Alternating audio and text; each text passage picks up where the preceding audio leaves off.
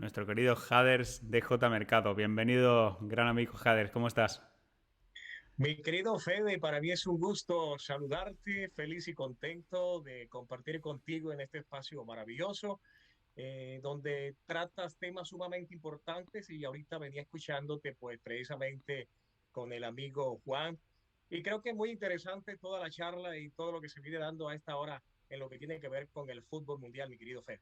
Sí, absolutamente. Estamos con la Copa del Rey aquí en España, viendo qué pasa con la Liga, viendo qué pasa con la Champions y por supuesto también pendientes de este mundial tan atípico, ¿no? En un mes, pues como es el mes de noviembre, donde nunca pues lo habíamos visto. Vamos a ver cómo se paran los calendarios, cómo se paran las ligas y sobre todo qué selecciones van a llegar, porque ¿quién iba a decir que en este caso, empezando ya con nuestra conversación, Haders, que Colombia iba a estar en la situación en la que estaba? Hemos hablado con Juan, como has podido ver, de esa situación que tiene Argentina con respecto a cómo han trabajado esa reconstrucción de la salida de jugadores bueno, de jugadores top, de jugadores líderes, como pudieron ser, pues eso, los Macherano en acompañamiento de Messi, y ha pasado algo parecido con Colombia, ¿no? Hemos pasado de Falcao, un gran James Rodríguez, jugadores súper importantes,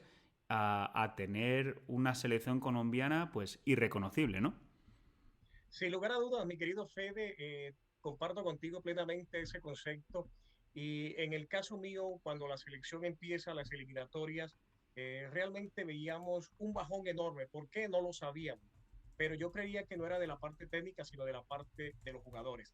Pero pensaba que en el caso de Colombia, porque es la que más seguía en el momento, era de parte de Colombia, pero no. Luego llega una Copa América donde vimos un rendimiento que tú pudiste apreciar Uh -huh. también muy bajo realmente, a pesar de que Brasil jugó a media máquina, como podríamos decirlo, no tenía un equipo contendor. Aún el mismo Argentina, que tiene 29 fechas sin perder, no está mostrando un fútbol realmente elegante y bonito. Uh -huh. Yo quisiera ver a Argentina jugar un partido con una selección de Alemania, una selección de España, una selección de Inglaterra, a ver cómo serían esos partidos, porque realmente acá nos está mostrando en el momento realmente ese nivel de fútbol.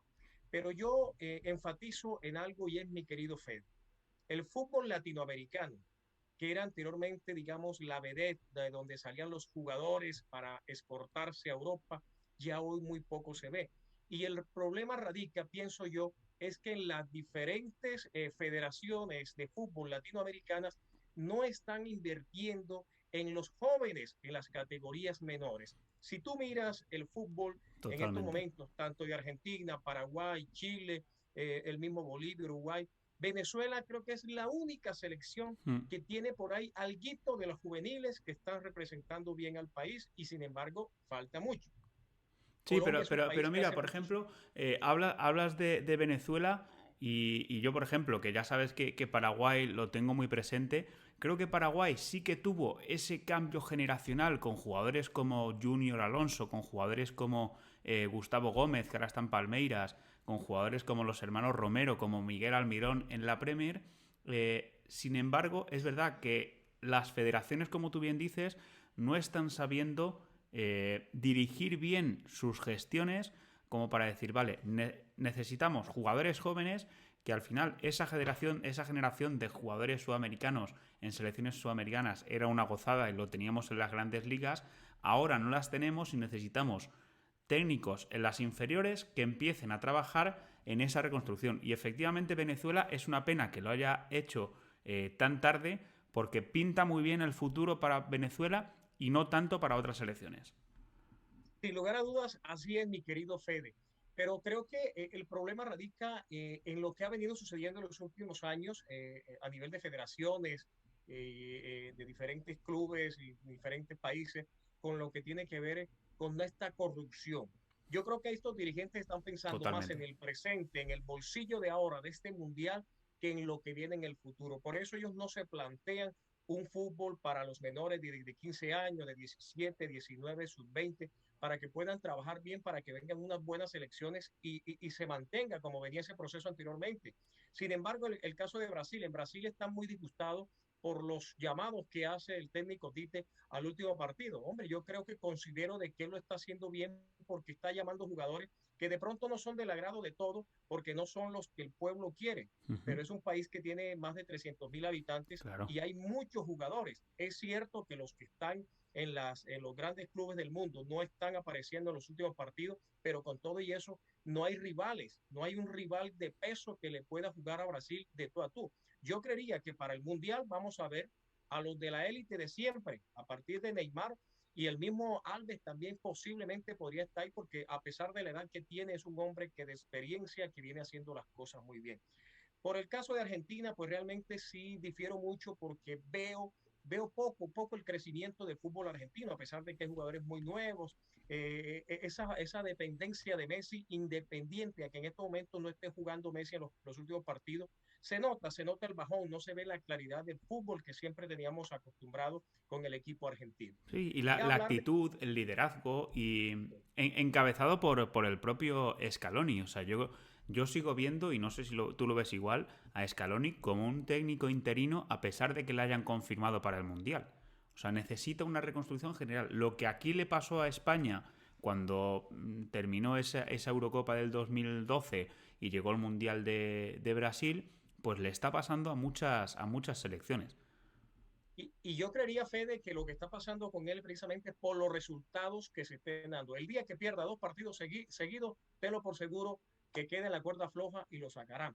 Y Ujú. otra, que si llega al Mundial y logra llegar a la final, por decir algo, le van a hablar muy bonito de él, pero inmediatamente pierda un par de partidos, ya no lo van a tener en la baraja de los candidatos a ser seleccionador por un criterio, y es que la mayor parte de la prensa argentina y el pueblo argentino no está muy de acuerdo con Scaloni en la forma como plantea el fútbol. Ujú. Dicen que los jugadores son los que se han ganado los partidos. Es cierto, los jugadores se ganan los partidos, pero los técnicos también tienen un planteamiento táctico en los partidos que también mete la mano. ¿Y por qué hablo de lo táctico en estos momentos? Porque el caso de la selección Colombia, cambiando de selección, es un desastre. La selección Colombia no está clasificada y yo creería que no va a clasificar porque realmente a veces decimos, no, es nuestro país y queremos que clasifique. Sí queremos que clasifique, pero no que vaya a hacer unas presentaciones paupérrimas Claro. en los partidos que tenga que jugar en un mundial. La selección está jugando tan mal y es porque los jugadores, que son los clubes, los dueños de ellos, es cierto, pero deben sentir la camiseta cuando van llamados a la selección. Los Mm. jugadores de la selección Colombia no están sintiendo la camiseta. Aparte hay ese roce que siempre ha existido de algunos jugadores y otros. Se hablaba últimamente de un encontrón entre Falcao y el mismo James. Y bueno, no sabemos profundamente qué ha pasado, pero desde que el río truena porque lleva piedras, entonces algo está pasando allí internamente. No solamente eso, que hay muchos que están de acuerdo con el técnico, otros no. Sin embargo, por ahí se oye hablar que el técnico Rueda terminará los dos partidos y el técnico de la selección de Perú, Gareca, sería el próximo técnico de la selección No está Colombia. mal. A mí me parecería muy bueno, es un técnico que conoce el fútbol colombiano, pero en estos momentos no hay que pensar tanto en que si viene por dos partidos el técnico. Yo creería que quien viniese ya, porque la selección Colombia necesita replantearse desde ya, desde antes de clasificar al próximo mundial. Sabemos que para el próximo mundial tenemos muchas ventajas porque son 6 cupos y medio, pero hay Ujú. que pensar primero en el de ahora. Ujú. Colombia yo lo veo remoto su clasificación, puesto que depende de resultados de otros equipos. El primer resultado es que el próximo partido Brasil le gane a Chile, que sí se puede dar porque Brasil viene jugando para ganarle a Chile. El Sí. otro resultado podría ser que empate, por decir algo, Uruguay con Perú, o que Uruguay gane automáticamente, Perú pierde. Ujú. ¿Qué pasaría en la última fecha? Se encuentra Uruguay con Chile, allí tendría que ganar Uruguay normal su partido y Perú perderlo. Pero ¿qué tocaría? Que Colombia le gane a Bolivia en Barranquilla y a Venezuela en Venezuela, que Ujú. no está muy fácil porque siempre que juega la selección Colombia con Venezuela, ese es un clásico a morir y estas selecciones juegan diferente ese partido. Sí, Los totalmente. Y jugadores, aparte me imagino que Venezuela también querrá terminar de alguna forma, independientemente de que no ha clasificado, querrá terminar de la misma manera. Me gusta lo que has dicho con respecto al tema de sentir la camiseta. Aquí es verdad que en Europa ha habido muchas selecciones que han tenido que dar un paso al costado esos jugadores que a lo mejor tenían o generaban demasiado ego dentro de la selección y podía generar un mal ambiente. Ha pasado aquí en España, por ejemplo, con Sergio Ramos. Sergio Ramos al final, independientemente a que fue criticada la no convocatoria y demás, se ha visto que ha liberado muchísima tensión en la selección y Luis Enrique en este caso ha sabido trabajar esa reconstrucción. Puede ser que esté pasando lo mismo en Colombia, por ejemplo, con jugadores como James Rodríguez, cuya actitud creo que en el último año ha sido pues lamentable, no solo en Colombia, sino también en sus clubes. Sí, sin duda yo considero lo que tú has venido comentando, mi querido Fede, y es que basado con lo que tú expresas y basado con lo que ya hemos visto en los últimos meses y años de James Rodríguez, es un jugador que realmente lo que le interesa más es sus negocios personales que jugar al fútbol, no Hmm. solamente en la selección, sino en el club donde él está, Hmm. porque realmente no ha venido presentando grandes cosas que diga uno que está destellando buen fútbol. Yo creería que por ahí hay fallas de pronto en los técnicos porque son influenciados para llamar X o Y jugador. En Colombia se habla mucho de un jugador, de pronto tú lo conocerás, estuvo en el Porto de Portugal. Ese jugador se llama Teo Gutiérrez, es un jugador que Sí. milita en el fútbol colombiano, fue llamado por todo el mundo prácticamente que estuviera en la selección porque venía haciendo un gran trabajo y es un hombre de experiencia.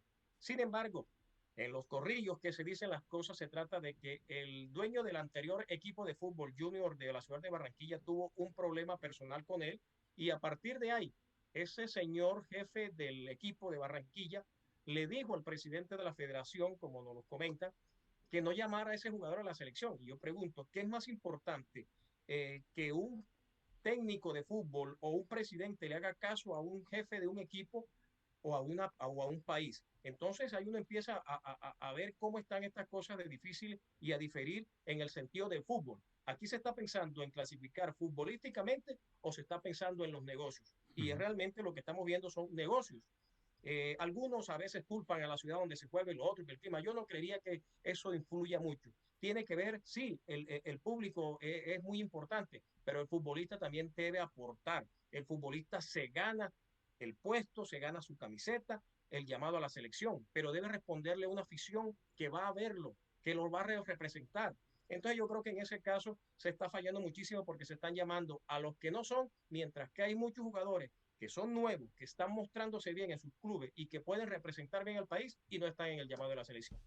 Sí, totalmente. Y otro tema que me parece importante, que analizando un poquito pues esas elecciones de las que hemos hablado, Colombia, Paraguay, por ejemplo, Argentina en su momento y demás, eh, creo que también la gestión de la elección del técnico adecuado para cada una de las selecciones, en muchas ocasiones en Sudamérica se ha errado, porque es verdad que al jugador sudamericano hay que conocerlo. Y hay que conocerlo en su tierra, hay que conocerlo en su idiosincrasia, en caso de Paraguay en su idioma.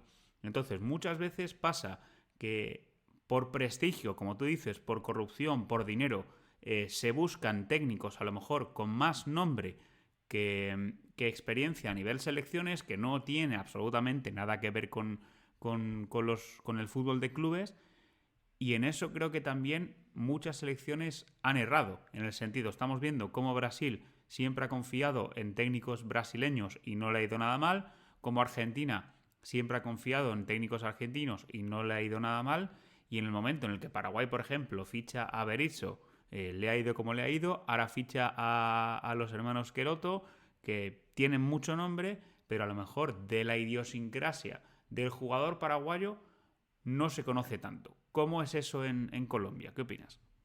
Yo consideraría que, a diferencia de lo que has comentado, en Colombia existe ese ego. No se deja que el profesional muestre la calidad como técnico. Y el problema está y radica ¿dónde? En lo que hablamos ahorita. Esos técnicos que son llamados a la selección, de una u otra forma, son manipulados por la federación y por algunos dueños de clubes. Y ahí es donde está el error. El técnico que llega a dirigir una selección, sea de Colombia, la de España, la de Brasil, la que sea, debe ser autónomo en la 100%. solicitud de sus jugadores, de su trabajo, de su cuerpo técnico. Pero si va a ser un técnico llamado y va a ser manejado o manipulado, yo pensaría que ahí es donde está el error. Y Colombia peca por eso. Normalmente tú escucharás a un colombiano decir, el técnico de Colombia, para que nos lleve un mundial o cualquier otro lado, tiene que ser extranjero. Y yo soy de los que pienso de esa forma. Seleccionador colombiano no funciona en Colombia, tiene que ser un técnico extranjero que sabe cómo, eso sí, que haya jugado fútbol en Colombia y que conozca el país, por supuesto, que haya sido técnico en Colombia, como lo mencionabas anteriormente, pero que a la vez no se deje manipular, que tenga carácter, los pantalones bien puestos para manejar una selección. Peckerman lo hizo bien, independiente de que se hicieron negocios con jugadores, pero supo manejar el equipo en el momento adecuado. Esperemos que si llegase Gareca, también lo haga de la misma manera, porque en lo personal me parece un buen técnico, a pesar que suenan otros, suena el señor Osorio, que es el técnico del América de Cali, que a mí en lo personal no me parece porque no es el técnico adecuado para la selección Colombia. Juan Se habla Carlos mucho Osorio, de, ¿no? exactamente, se habla mucho de Gallardo, que es el técnico de River Plate. Es un técnico muy bueno, pero yo realmente como seleccionador a nivel internacional, pues no lo conozco en ese rol. Entonces yo pensaría que yo me iría más por Gareca porque ya ha estado dirigiendo selecciones y conoce un poco más. Aparte, estuvo muchos años viviendo en Colombia porque jugó el fútbol allá, donde ganó muchos títulos y creo que es un hombre que conoce más esa parte del fútbol colombiano. Eh, Jaders, hemos estado hablando también con Juan de este nuevo fútbol que pide también los clubes o al que se están adaptando esos clubes, incluso esos jugadores que tenían acostumbrados en sus filosofías a jugar al fútbol de toque y ya con eso no les vale, ¿no? Eh, ¿Qué le falta a las selecciones de Sudamérica para volver a competirles a las selecciones europeas, por ejemplo? Porque hablábamos de esa distancia que se está habiendo a nivel fútbol entre Sudamérica y Europa. Yo te diría una cosa y es lo siguiente, de pronto muchos colegas van a diferir de lo que puedo expresar, y es que América ha tenido una base como ha jugado el fútbol durante toda la historia, eso es cierto, Uh -huh. pero ojo, uno tiene que cambiar la historia también, no puede seguir siendo el mismo que fue en algún momento. Y ahí yo creo que es donde se erra en lo que tiene que ver con la manera de jugar el fútbol en América. Vemos jugadores de fútbol que en sus clubes lo hacen de una forma, pero cuando llegan a la selección lo hacen de otra. ¿En qué radica eso? Hombre, radica básicamente en que los jugadores que van a la gran parte de las selecciones de Latinoamérica juegan en Europa. ¿Qué necesitan ellos? Jugar un fútbol como el que vienen, de donde vienen, de Uh -huh. Europa. Y están jugando un fútbol bastante paquidérmico, un fútbol de toque, un fútbol mediocre, de equipos que van ganando 1-0 y se repliegan para no hacer más goles. O sea, yo no entiendo ese tipo de fútbol. Yo creo que el fútbol es para jugarlo, para avanzar, para crecer y para anotar goles. Eso es lo bonito del fútbol, los goles. Totalmente. Sin embargo, equipos que van ganando 1 o 2 goles y se echan atrás a esperar al equipo contrario, o los que llegan a ciertas ciudades, como pasa con los equipos que juegan con Colombia, llegan al metropolitano de la ciudad de Barranquilla a echarse, a replegarse todos en la parte de atrás, pero un contragolpe como pasó con Perú y tenga. Entonces, estos equipos juegan un fútbol totalmente diferente al que van a jugar a un mundial. Y yo creería que ellos se tienen que preparar para un mundial y no prepararse para partidos entre las selecciones de acá. Sí, juegan diferente, perfecto, pero yo creía y creo que lo que venía haciendo por el caso del técnico de la selección de Egipto, que estuvo, Queiroz, que estuvo con Uh -huh. Colombia, había cambiado un poco ese estilo de juego y lo venía haciendo bien. Sin embargo, no le dieron la oportunidad. Pero yo creo que el fútbol latinoamericano debe transformarse a ser más ofensivo y menos defensivo. De cara al Mundial, hablando un poquito más en general, ¿crees que puede ser el Mundial en el que menos favoritos haya? En el que digas, joder, pues ¿qué selección está por encima? Creo que puedes mencionar a 3, 4, 5 selecciones, pero no hay ninguna clara favorita. A lo mejor pues dices Francia por nombres, pero tampoco está haciendo tan buen No, fútbol, ¿no?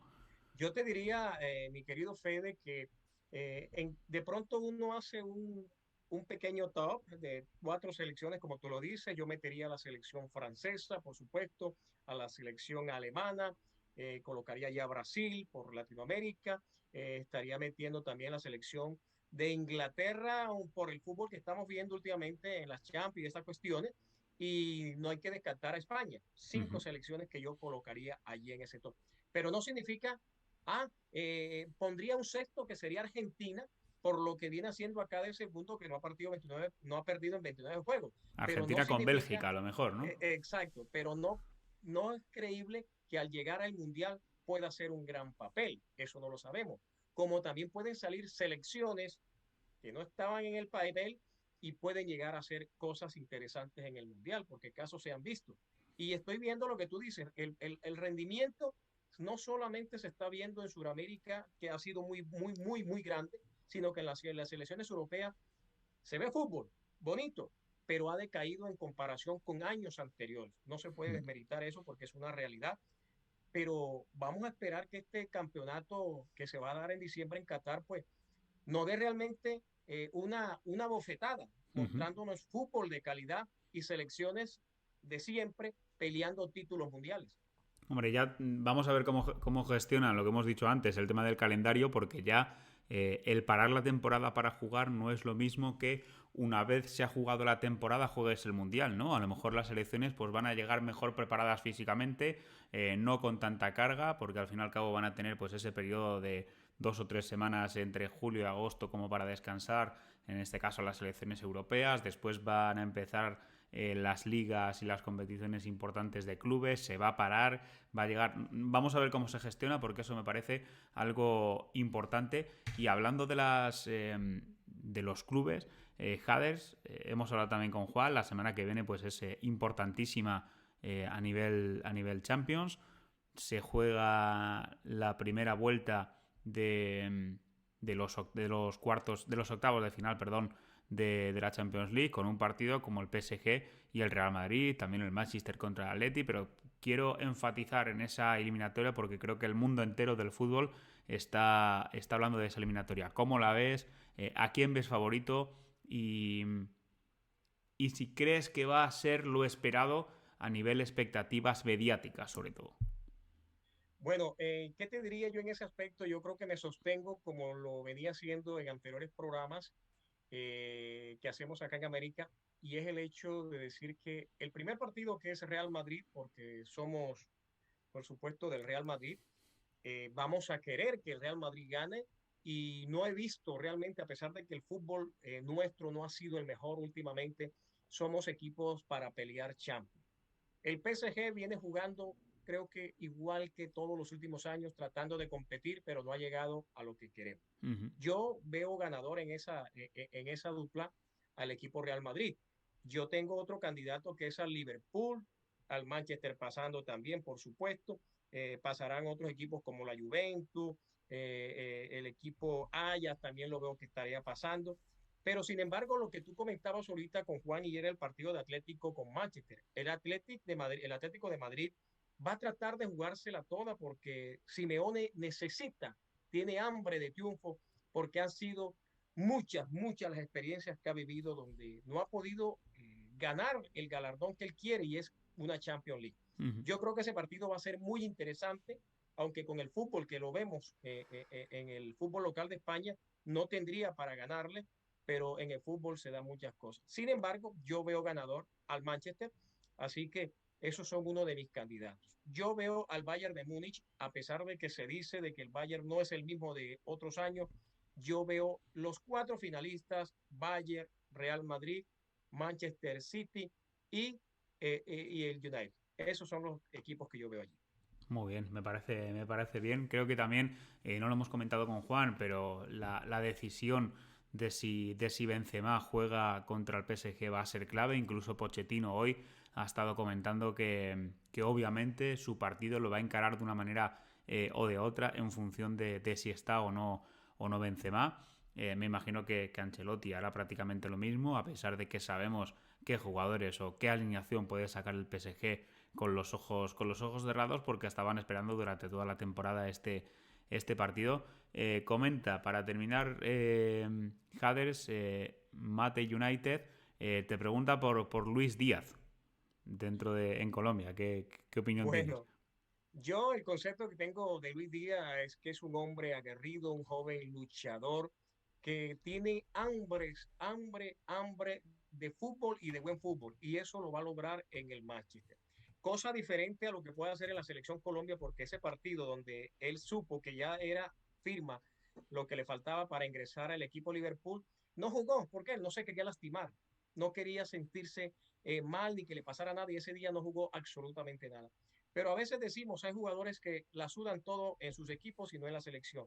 Él es un jugador maravilloso, excepcional. Creo en estos momentos que es el único jugador colombiano en la élite del fútbol, porque la élite son pocos los equipos y Colombia en estos momentos solo tiene un jugador en la élite de fútbol y es el Liverpool. Entonces creo que Lucho Díaz es jugador joven, un hombre que se le nota que cuando le dicen que haga las cosas bien, las hace, un hombre que respeta a los técnicos, que trabaja bien.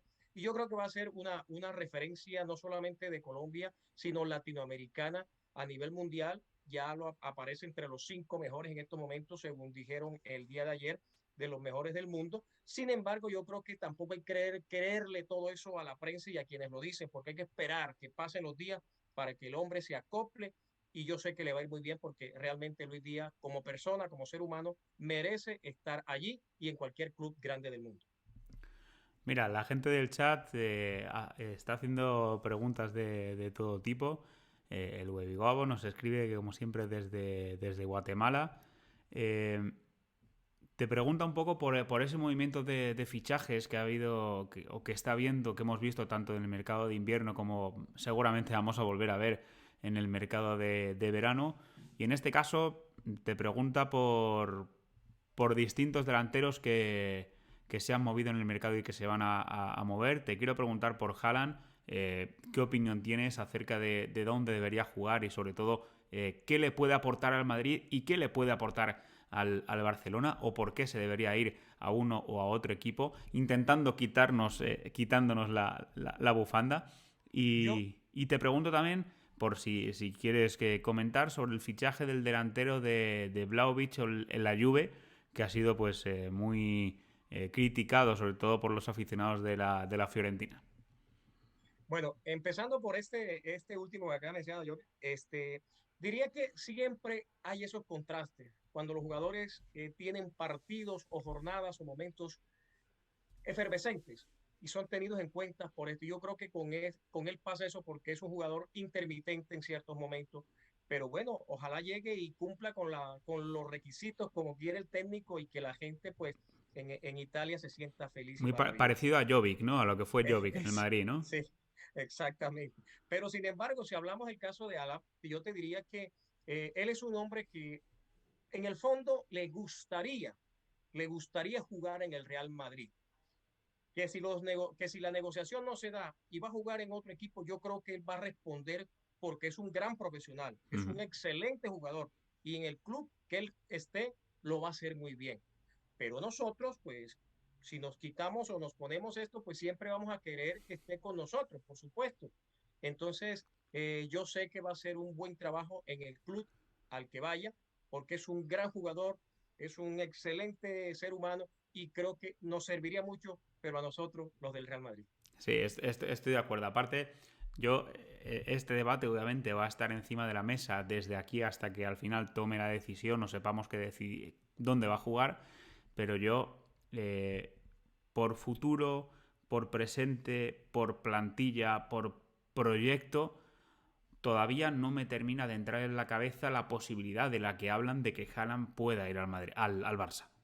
O sea, no me entra en la cabeza cómo, independientemente de que es verdad y hay que reconocer que el Barça con la llegada de Xavi ha cambiado algo. O sea, ese chip de club, no te digo perdedor porque no es un club perdedor, pero ese chip de bajón que tenía el Barça en los últimos 2 años, Xavi lo ha conseguido cambiar. Creo que se han reforzado bastante bien. El otro día se demostró contra el Atlético de Madrid. Pero a nivel proyecto todavía no sé a qué apunta el Barça de aquí a unos años y por eso creo que si fuera Haaland no iría al Barça porque creo que sería un error a nivel futuro. O sea, a lo mejor dices, vale, pues en los próximos 2 años sé que le puede funcionar, pero no sé dónde va a estar el Barça de aquí a 6 años. Hemos hablado, por ejemplo, de las selecciones y de esa reconstrucción y yo creo que el Barça, si bien es cierto, tiene jugadores muy buenos como Pedri, como Gavi y demás, que se les compara muchas veces con Pedrito, con Busquets, cuando subieron Busquets y Pedrito, estaban rodeados de Xavi, Iniesta, Messi y demás. A estos chicos de 18, 17, 19 años les están pidiendo que tiren ellos del carro los próximos 10 años sin nadie que les acompañe, porque a Busquets, Piqué y Jordi Alba, primero, que no son Messi, Xavi, Iniesta, y segundo, no les queda mucho para acompañar, ¿no? Y esa es una realidad porque lo acabas de decir, o sea, pensando a futuro, eso no se ve por ninguna parte. Es que no estamos viendo que nosotros digamos, vimos ya jugar a alguien que es maravilloso, que es excelente y podría ser el sucedor de Xavi o del mismo Messi. No vemos dos jugadores con esa calidad. En Brasil hay un jugador que es el hijo de, de Ronaldinho. Es excelente jugador, tiene 16 años, va a tener un potencial. Me imagino que para uno de esos clubes grandes irá él, por supuesto que sí, pero no significa de que este tipo de jugadores tengan todavía la facultad y la facilidad para expresar en los clubes que van a tener ese futuro. Y lo que tú expresas es muy cierto. Yo creo que los clubes deberían trabajar en estos momentos, el equipo que tienen el profesional, trabajarlo muy bien, pero trabajar en las inferiores para lograr sacar jugadores de esa talla, porque es que no se viene trabajando realmente y lo que se ha trabajado no da, porque es que el hecho de que las ligas inferiores trabajen los jugadores, los van a educar y lo otro, pero ojo, los que son buenos como Messi, como Iniesta, nacen, no se hacen, son jugadores que nacen con esa calidad y la mejoran en los clubes donde participan desde muy niños. Y sin embargo, ahorita pues no vislumbramos a un jugador para decir que en la proyección de 10 años lo vamos a ver en el top como Messi o como Sam. Absolutamente, Hades. Ha sido un verdadero placer tenerte por aquí, que te pases por aquí. Lo mismo que le he dicho a Juan, espero que no sea ni la primera ni la última. De verdad, contentísimo de hablar. Mira, la gente del chat dice, qué grande Hades representando al mejor equipo del mundo junto a Fede. Qué grande, por supuesto. Gracias. Gran amigo y que te vaya muy bien siempre, Hades. Bienvenido cuando quieras. Fede, para mí es un gusto inmenso. Un abrazo a la distancia. Ahí estamos siempre en la medida que podamos, por supuesto que sí. Te acompañaremos. Y a toda esa gente que nos ha visto, que nos ha escuchado y que ha estado participando en el chat, muchas gracias por estar con nosotros y desearle lo mejor en este resto de tarde en América y resto de noche en Europa. Así que mil gracias, Fede. Un gusto compartir contigo en este espacio. Igualmente, igualmente, Hades. Un abrazo muy fuerte. Ahí está el gran Hades Mercado.